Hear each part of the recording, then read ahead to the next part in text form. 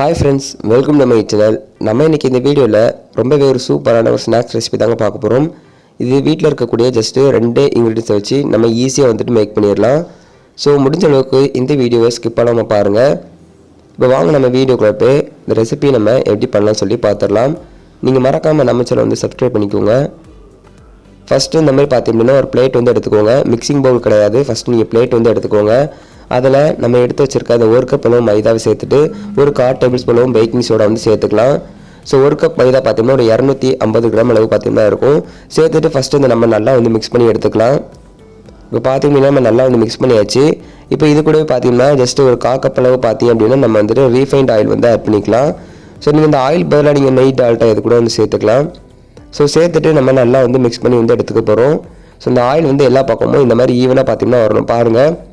So பார்த்தீங்கன்னா இந்த அளவுக்கு நம்ம நல்லா வந்து மிக்ஸ் பண்ணி எடுத்துக்கணும். ஸோ இந்த மாதிரி பார்த்தீங்கன்னா நம்ம அழுத்தி பிடிச்சோம் அப்படின்னா நம்மளுக்கு இந்த மாதிரி பார்த்தீங்கன்னா இருக்கணும். ஸோ இதுதான் பார்த்தீங்கன்னா கரெக்டான கன்சிஸ்டன்சி. ஸோ இந்த ஸ்டேஜில் பார்த்தீங்க அப்படின்னா அதில் பார்த்தீங்கன்னா ஒரு 50% மாவு, அதுக்கப்புறமா இதில் 50% மாவு வந்துட்டு நம்ம தனியாக வந்து செப்பரேட் பண்ணி வச்சுக்க போகிறோம். ஸோ அதுக்கு தான் பார்த்தீங்கன்னா உங்களை வந்து நான் பிளேட் வந்து எடுக்க சொன்னேன். ஸோ சேர்த்துட்டு இப்போது நம்ம இன்னொரு பேட்சில் இருக்குல்ல அந்த மாவை பார்த்தீங்கன்னா நம்ம இந்த மாதிரி லைட்டாக நடுவில் வந்து ஹோல் போட்டுக்கலாம். இப்போ அதில் வந்துட்டு பார்த்தீங்க அப்படின்னா கொஞ்சம் வந்துட்டு ஃபுட் கலர் வந்து சேர்த்துக்கோங்க. ஸோ ரெட் ஃபுட் கலர் வந்து நான் வந்து ஆட் பண்ணியிருக்கேன்.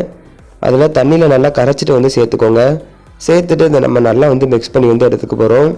ஸோ ஃபஸ்ட்டு நம்ம எந்த தண்ணியுமே வந்து சேர்க்காம நல்லா வந்து மிக்ஸ் பண்ணி எடுத்துக்கலாம். இது வந்து பார்த்தீங்கன்னா ஒரு 5 நிமிஷம் மிக்ஸ் பண்ணாதான் அந்த கலர் எல்லாமே இந்த மாவோட ஈக்குவல் அந்த மிக்ஸ் ஆகும். இப்போ பார்த்தீங்க அப்படின்னா நம்ம மாவை பார்த்தீங்கன்னா 2 பேட்சாக பிடிச்சிருந்தோம். ஸோ அதில் ஒரு பேட்ச் பார்த்தீங்கன்னா ரெட் கலர், இன்னொரு பேட்ச் பார்த்தீங்கன்னா எல்லோ கலர். ஸோ சேர்த்துட்டு பார்த்தீங்க அப்படின்னா இந்த மாதிரி நல்லா வந்து மாவு வந்து பிசைஞ்சு எடுத்துக்க போகிறோம். ஸோ அதுக்கப்புறமா இந்த மாதிரி பார்த்தீங்கன்னா உருண்டையை வந்து உருட்டி வந்து எடுத்துக்கலாம். ஸோ இதே மாதிரி பார்த்தீங்கன்னா நம்ம எல்லாத்தையுமே உருட்டி எடுத்துக்கலாம். பட் ரெட் கலர் வந்து கொஞ்சம் அதிகமாக வந்து கொஞ்சம் மாவு வந்து பெருசாக உருட்டிக்கோங்க. எல்லோ கலர் வந்து கொஞ்சம் அதிலே சின்ன சைஸாக பார்த்தீங்கன்னா நம்ம உருட்டி எடுத்துக்கலாம்.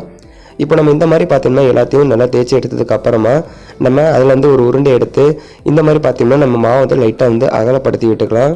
ஸோ மாவு இந்த மாதிரி பண்ணதுக்கு அப்புறமா ஸோ நம்மளுக்கு ஓரளவுக்கு பார்த்தீங்கன்னா ஷேப் வந்து கிடச்சிரும். ஸோ இப்போ நம்ம எடுத்து வச்சிருக்க அந்த எல்லோ கலர் மாவை நம்ம உள்ளே வந்து வச்சிட போகிறோம். ஸோ வச்சுட்டு நம்ம எல்லா பக்கமும் பார்த்தீங்கன்னா ஈவனாக வந்துட்டு இதை வந்து க்ளோஸ் பண்ணிடலாம். ஸோ க்ளோஸ் பண்ணதுக்கப்புறமா நம்ம எப்படி ஃபஸ்ட்டு நம்ம ரவுண்டாக இருந்துச்சோ அதே மாதிரி பார்த்தீங்கன்னா ரவுண்ட் ஷேஃப்க்கு நம்ம வந்து ஆக்கிக்கலாம்.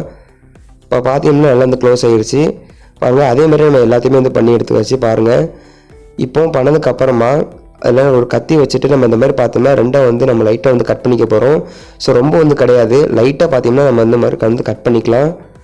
ஸோ பாருங்கள் இது வந்து கரெக்டாக இருக்கும். ஸோ இந்த மாதிரி வந்து கட் பண்ணி எடுத்துக்கோங்க. இதே மாதிரி நம்ம எல்லாத்தையும் கட் பண்ணி எடுத்ததுக்கப்புறமா இன்னொரு பேனில் ஆயில் வந்து ஹீட் பண்ணிக்கோங்க.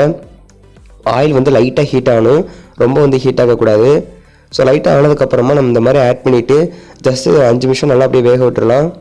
ஸோ வேகத்துக்குள்ளே நம்ம சுகர் சிரப் வந்து ரெடி பண்ணிடலாம். அதுக்கு இன்னொரு பேனில் நம்ம எந்த கப்பு மைதா வந்தோமோ அதே கப்புக்கு 1 கப் அளவு சுகர் ஆட் பண்ணிவிட்டு 1/2 கப் அளவு பார்த்தீங்கன்னா தண்ணி சேர்த்துருங்க. சேர்த்துட்டு நம்ம குலாப் ஜாமுனுக்குலாம் நம்ம இந்த லைட்டாக பிசு பிசு தன்மை வந்தாலே போதும். ஸோ வந்ததுக்கப்புறமா நம்ம பொரிச்சு எடுத்ததை நம்ம இதுக்குள்ளே வந்து சேர்த்துடலாம். ஸோ ஜஸ்ட் ஒரு 5 நிமிஷம் பொரிஞ்சாலே போதும், ரொம்ப வந்து பொரியணும் வந்து அவசியம் கிடையாது. ஸோ லோ ஃப்ளேமில் வந்து பொரிச்சு எடுத்துக்கோங்க. அதுக்கப்புறமா அந்த மாதிரி சுகர் சிரப்பில் ஆட் பண்ணி ஜஸ்ட் ஒரு 10 நிமிஷம் நம்ம ஊற வச்சு எடுத்தாலே போதும்.